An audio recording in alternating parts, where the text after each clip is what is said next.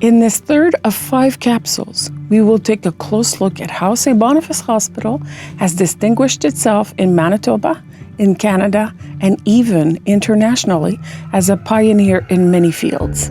The St. Boniface Hospital was a pioneer from the moment it was built in May 1871. It was the very first hospital in Western Canada. At the time, men were treated in this new building created by the Grey Nuns, which had 4 beds. The first patient, Louis Thibault, was admitted on August 5th in 1871. Suffering from a cerebral hemorrhage, he remained in the hospital for 309 days. He was cured after many months of treatment by Dr. Paris.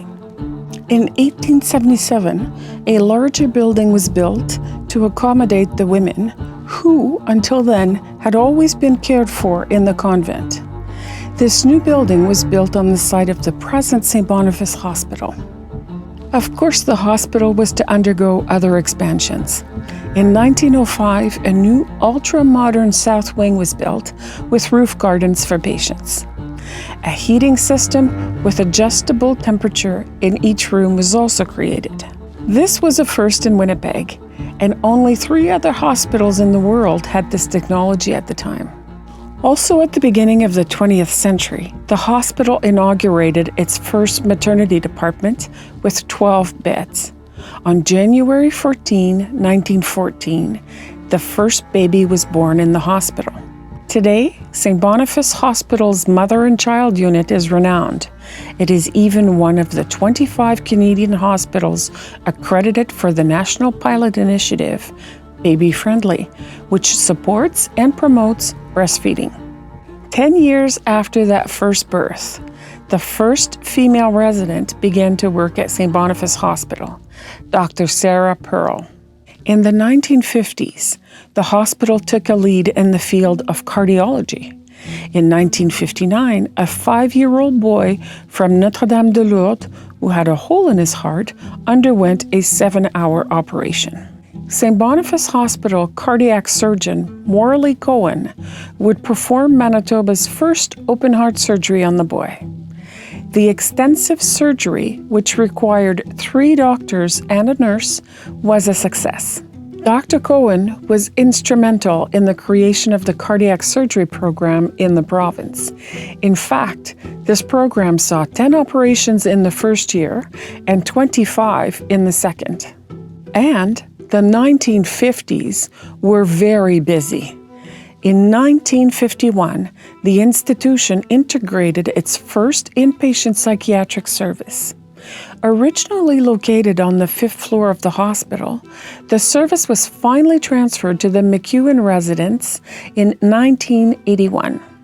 A little later, in 1955, the hospital opened a new 8-story wing to house the very first Post-Operative Department in Canada. This wing was the most modern in the country and included rooms with a maximum of 6 beds instead of the 20-bed dormitories of the past. They also had oxygen available, a bathroom, and air conditioning. St. Boniface Hospital was the first in Canada to have air conditioning for the comfort of patients and staff. 10 years later, in 1965, St. Boniface Hospital had the first operation in Canada to treat atherosclerosis, the hardening of the arteries. Then, in 1974, one of Canada's first palliative care programs was set up in the hospital, comprising 12 beds.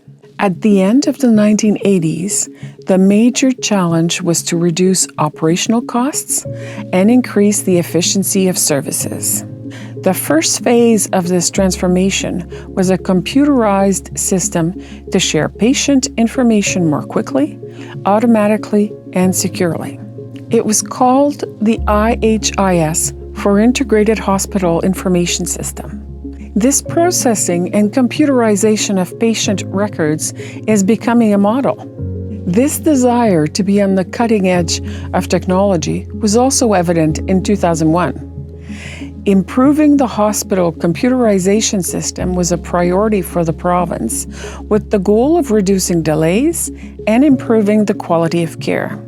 St. Boniface Hospital was the first in Manitoba to embark on this major project to create digital patient records and began to transition in the spring of 2007. The transition into the new millennium was a very busy time for the hospital.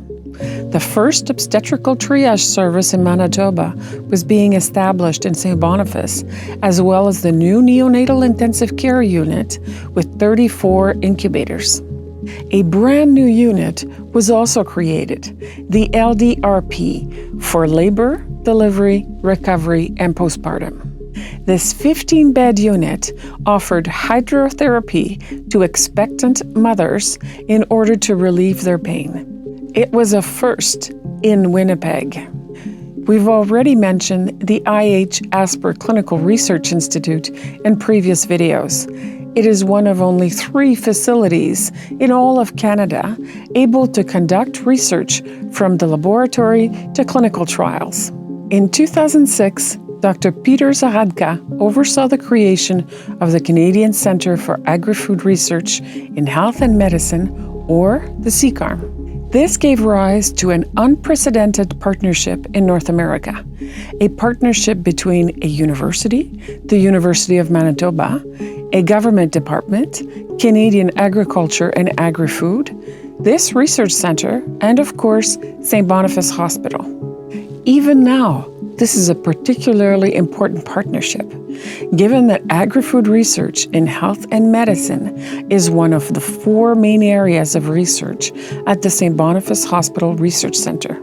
Also included are cardiovascular sciences, degenerative diseases in the aging population, and the psychosocial impact of cancer. Just 2 years later, in 2008, St. Boniface Hospital became the first hospital in Canada to adopt the lean management philosophy under the leadership of Dr. Michel Tétrault, the hospital's CEO from 2005 to 2015. It is a program that aims to continuously improve services and procedures with a focus on safety, efficiency, and quality. Shortly thereafter, St. Boniface Hospital became the first hospital in Western Canada to use a repetitive transcranial magnetic stimulation machine to treat depression. It reflects the institution's commitment to improving services and striving for continuous progress in the fields of mental health and compassion. All of this hard work has paid off, as today St. Boniface is a leader in Canada in compassionate care. More recently, we have been working with the Health Standards Organization, HSO, a branch of Accreditation Canada, to develop pan-Canadian standards for compassionate care from the boardroom to the bedside within the healthcare system. We are currently at the needs assessment stage of these standards, still in development, highlighting one of the core values of the Grey Nuns when they founded this hospital 150 years ago: compassion. This pioneering status in many fields and on many scales goes hand in hand with the hospital's willingness to adapt to progress in order to be constantly on the cutting edge of technology.